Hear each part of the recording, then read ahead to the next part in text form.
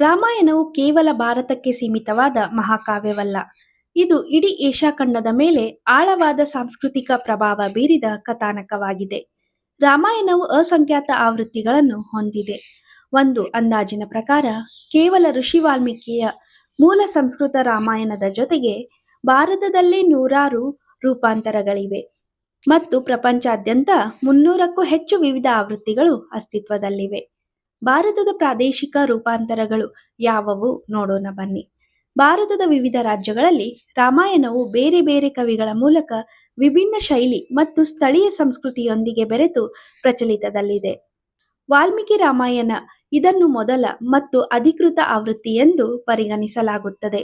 ಚರಿತಮಾನಸ ಇದು ಉತ್ತರ ಭಾರತದಲ್ಲಿ ಅತ್ಯಂತ ಜನಪ್ರಿಯ ಮಹಾಕಾವ್ಯವಾಗಿದೆ. ತಮಿಳುನಾಡು ರಾಜ್ಯದಲ್ಲಿ ಕಂಬನಾರಾಯಣ ಅಥವಾ ರಾಮಾವತಾರಂ, ಕೇರಳ ರಾಜ್ಯದಲ್ಲಿ ಆಧ್ಯಾತ್ಮ ರಾಮಾಯಣ, ಕರ್ನಾಟಕ ರಾಜ್ಯದಲ್ಲಿ ತೊರವೆ ರಾಮಾಯಣ, ರಾಮಚಂದ್ರ ಚರಿತ ಪುರಾಣ ಹಾಗೂ ಶ್ರೀರಾಮಾಯಣ ದರ್ಶನಂ, ಪಶ್ಚಿಮ ಬಂಗಾಳ ರಾಜ್ಯದಲ್ಲಿ ಕೃತ್ತಿವಾಸಿ ರಾಮಾಯಣ, ಜನಪದ ಅಥವಾ ಬುಡಕಟ್ಟು ಆವೃತ್ತಿಗಳು ಕೊಂಡ ರಾಮಾಯಣ, ಮಾಪಿಳ್ಳೆ ರಾಮಾಯಣ, ಮಂದಾರ ರಾಮಾಯಣ ಇತ್ಯಾದಿಗಳಾಗಿವೆ.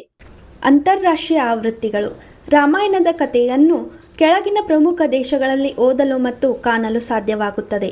ಥೈಲ್ಯಾಂಡ್ ದೇಶದಲ್ಲಿ ರಾಮಾಕಿನ್ ಇದು ಥಾಯ್ನ ರಾಷ್ಟ್ರೀಯ ಮಹಾಕಾವ್ಯವಾಗಿದೆ. ಕಂಬೋಡಿಯಾ ದೇಶದಲ್ಲಿ ರಿಮ್ಕರ್ ಅಂದರೆ ರಾಮನ ಕೀರ್ತಿ ಎಂದರ್ಥ. ಮಲೇಷಿಯಾದಲ್ಲಿ ಹಿಕಾಯತ್ ಸೇರಿ ರಾಮಾಯಣ ಇದನ್ನು ಇಸ್ಲಾಮಿಕ್ ಅಂಶಗಳ ಪ್ರಭಾವವೂ ಮೇಲಿದೆ ಎಂದು ಹೇಳಲಾಗಿದೆ. ಇಂಡೋನೇಷಿಯಾ ದೇಶದಲ್ಲಿ ಕಕಾವಿನ್ ರಾಮಾಯಣ ಹಳೆಯ ಜವಾನೀಸ್ ಭಾಷೆಯಲ್ಲಿ ಬರೆಯಲಾಗಿದೆ.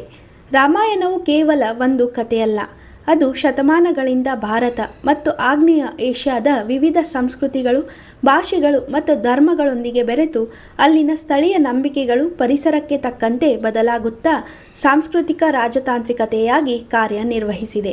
ಉದಾಹರಣೆಗೆ ಜೈನ ಮತ್ತು ಬೌದ್ಧ ಧರ್ಮದ ರಾಮಾಯಣ ಆವೃತ್ತಿಗಳಲ್ಲಿ ಕಥೆಯು ಆಯಾ ಧರ್ಮದ ನೈತಿಕ ಮತ್ತು ಆಧ್ಯಾತ್ಮಿಕ ಮೌಲ್ಯಗಳಿಗೆ ಅನುಗುಣವಾಗಿ ಮಾರ್ಪಾಡಾಗಿದೆ.